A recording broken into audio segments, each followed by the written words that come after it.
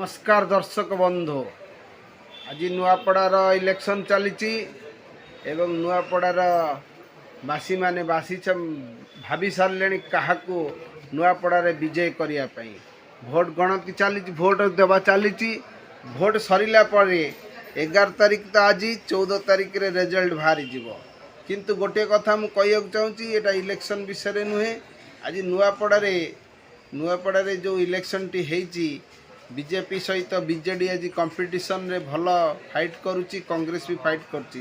हेले बीजेडी दल दीर्घ 14 मास है लोक मैंने विताड़ित करथिले एवं तांकर माने मुख्यमंत्री नवीन पट्टनायक को नाकच करथिले। किंतु आज नुआपड़ारे नवीन पट्टनायक को देखिया पे प्रबल भिड़ एवं नुआपड़ावासी नवीन पट्टनायक सपोर्ट रे भी अछंती। किए जितबो किए हारिबो कथा मु कहूनी।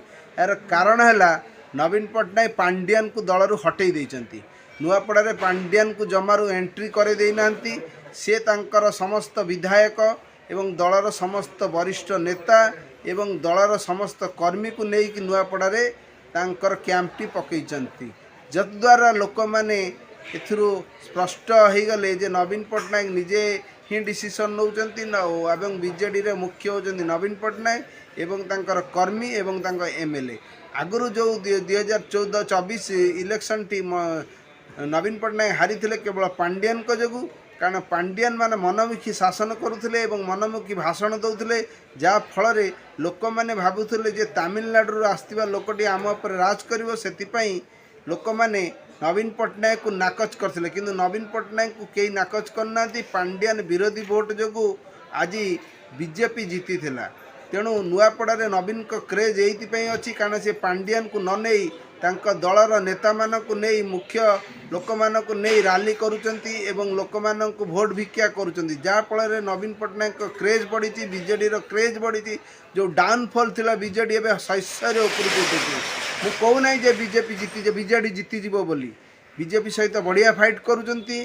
कांग्रेस भी भल अच्छी। किए जितबो किए हारिबो नुआपड़ावासी बासी साजंती। काली भोट चली भोट पर आज भोट चली भोट पर 14 तारिख हम आपणकर गणति। किंतु जो नवीन पट्टनायक को जो एते उत्साहित होती लोक मैंने भल पाँच भोट देवे बोली कहते तार मुख्य कारण है पांड्यान दलरू विदा होती। पांड्यान विदा हवा जोगु नवीन पट्टनायक आज सक्रिय अच्छा एवं ये तमिलनाडु लोकटा को धीरे धीरे टोटाली दलरू विदा करदे बीजेडी फेर उपरकू जीव। यही नुआपड़ा इलेक्शन कथा कहूनी।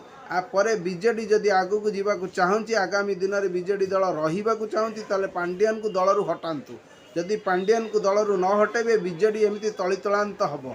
ओडिशावासी नवीन पट्टनायक फेर विश्वास को आणले एवं समस्त एमएलए एमपी एवं दलर समस्त कर्मकर्ता नवीन को ऊपर आस्था प्रकट कर सारे जे बीजेडी आगामी 2029 रे प्रबल जोर लड़ब एवं फाइट कर